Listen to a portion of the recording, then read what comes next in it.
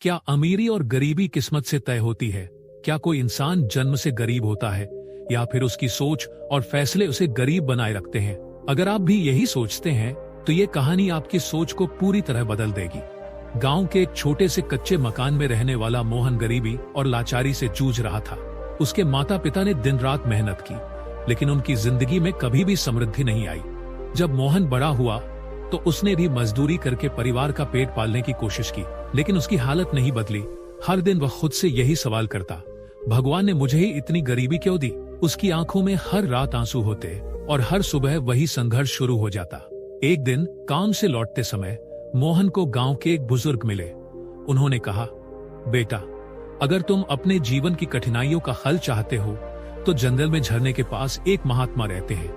वे बहुत ज्ञानी हैं और उन्होंने कई लोगों की जिंदगी बदली है। तुम उनसे मिल सकते हो।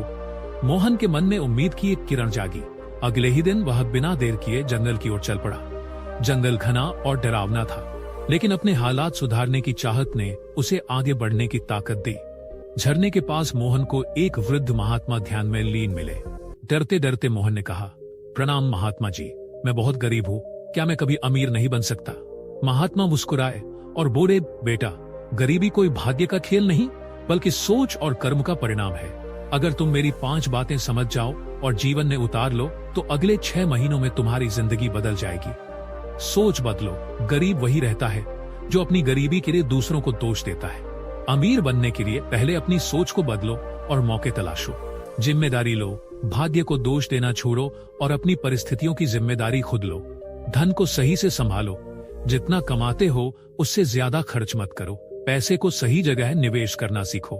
नई चीजें सीखो। अगर तुम नए कौशल नहीं सीखोगे तो तुम्हारी आमदनी कभी नहीं बढ़ेगी। हमेशा कुछ नया सीखते रहो। धैर्य और अनुशासन रखो। सफलता एक दिन में नहीं मिलती।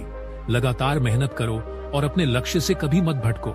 मोहन ने महात्मा की बातें गांठ बांध ली। उसने अपने गांव में एक छोटा व्यवसाय शुरू किया, नई चीजें सीखी और अपने पैसे का सही इस्तेमाल किया। 6 महीनों में उसकी जिंदगी पूरी तरह बदल गई। अब उसके पास खुद की दुकान थी, लोग उसकी इज्जत करने लगे थे और गरीबी धीरे धीरे खत्म हो रही थी।